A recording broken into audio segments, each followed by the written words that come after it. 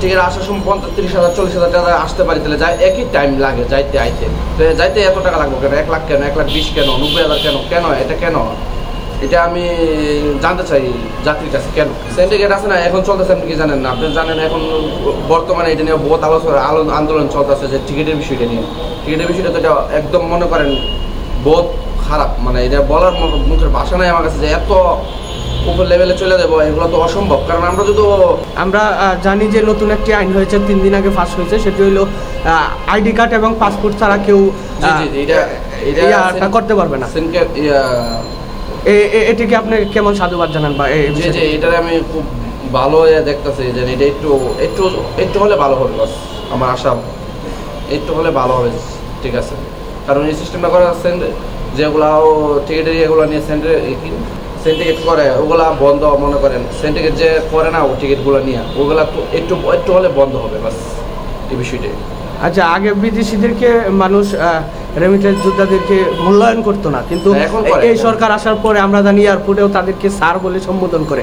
এই বিষয়টি আপনার কাছে? না, এটা বাস্তব, এটা মিথ্যা বলার কিছু নেই, বাস্তব। কারণ আমি আসছি, আমি জানি কি হয়েছিল আপনার সঙ্গে, কেমন? খুব আচরণ ভালো আচরণ করে, খুব আচরণ ভালো বলতে আপ্যায়ন, খুব ভালো আপ্যায়ন করে। সমস্ত প্রবাসীদেরকে আপনার কি কথা বা কি বার্তা দিতে চান? সবার উদ্দেশ্যে একটি বক্তব্য।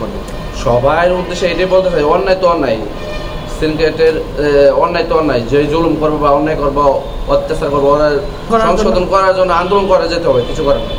আন্দোলন করতে হবে, মোকাবেলা করতে হবে, বাস।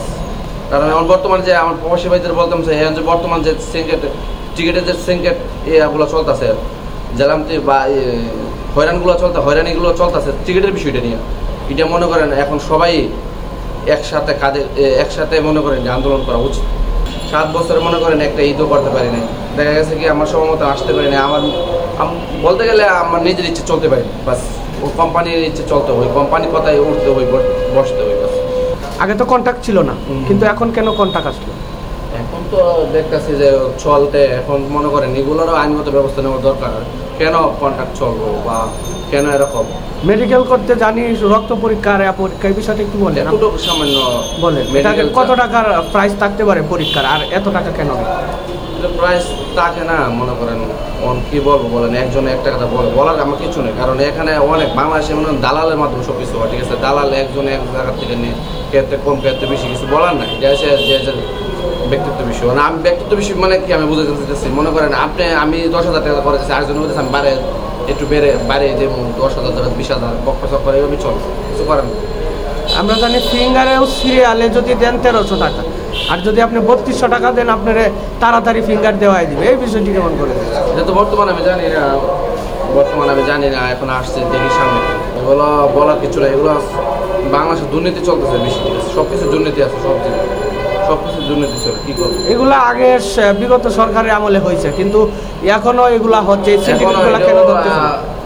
এখনো চলতেছে, এখনো বন্ধ হয়নি, কিছু বন্ধ আছে, কিছু এখনো চলমান আছে, ঠিক আছে। কিন্তু এখন এগুলো সিন্ডিকেট, যতগুলো সিন্ডিকেট আছে সবগুলো বন্ধ আকুল আবেদন জানাই প্রশাসনের কাছে।